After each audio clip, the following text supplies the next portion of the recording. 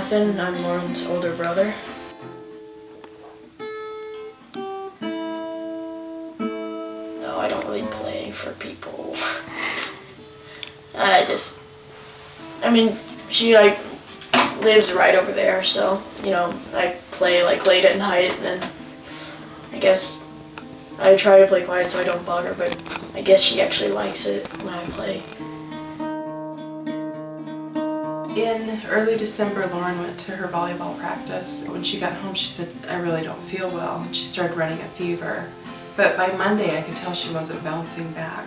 We took her to the doctor and he drew her blood. And I was at school teaching. My doctor called me and said, you need to get her to the hospital. We have a bed ready for her. It's pretty serious. And in the spine there were leukemic cells, and in the bone marrow there were leukemic cells, and they said it's definitely a leukemia. But I was still holding on to the hope that it was ALL, acute lymphocytic leukemia, which is a childhood leukemia, which has about a 90% cure rate. But Dr. Elizabeth Thompson sat Phil and I down and told us that it was acute myelocytic leukemia, which does not have as good of an outcome. On the day that we found out, my dad came and picked me up late at night and told me, and then we went and saw her. Phil and Jonathan live here most of the time, and I live up at the hospital with Lauren. I'm there every day and every night, and then I leave for an hour and a half at night when Phil and Jonathan come up. I go there most days, usually late at night after school and stuff. And on weekends I'll sometimes just spend the day there. I almost think she gets more comfort from his presence. She knows we're going to be there, but it makes her rest. The other day he just went up and slept on the cot. He was so tired. And I told her, gosh, I'm sorry you and Jonathan didn't get to do anything. And she said, well, he was here a long time. I think she liked just having him there. She's really positive about everything. And even now she's super positive and laughs a lot. Even when she's on chemo, she's telling jokes and stuff. My mom started calling me Lolo. My aunt lives in Hawaii and she said that I can't be called Lolo because in Hawaii it means crazy. And she didn't like that, but it's probably true, so yeah.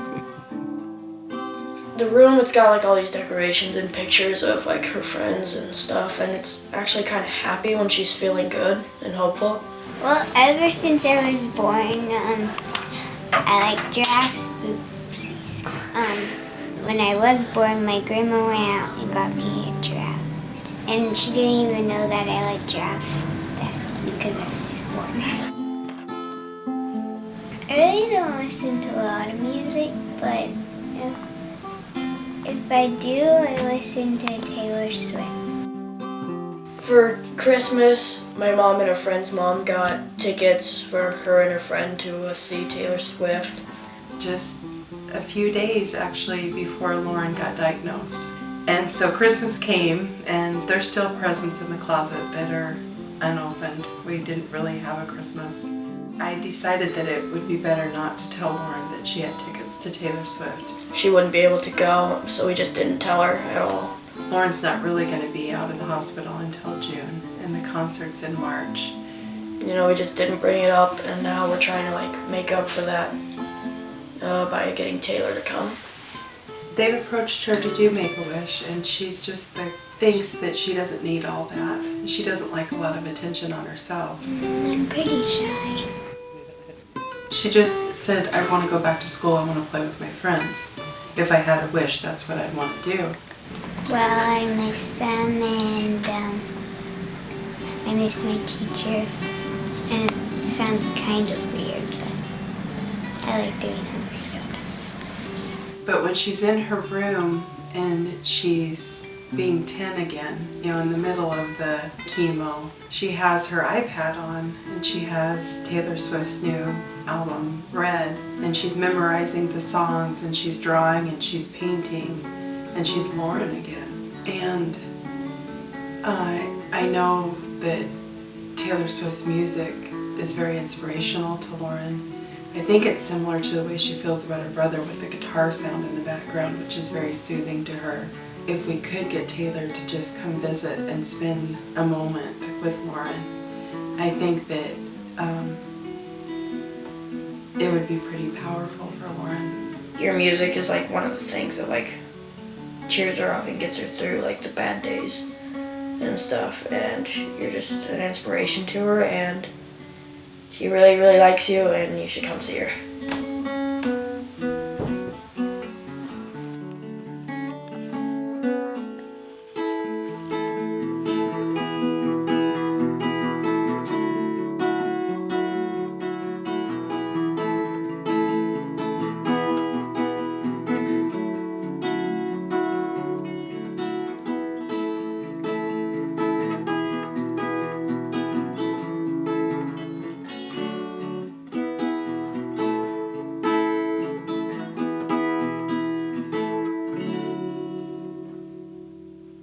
Something like that.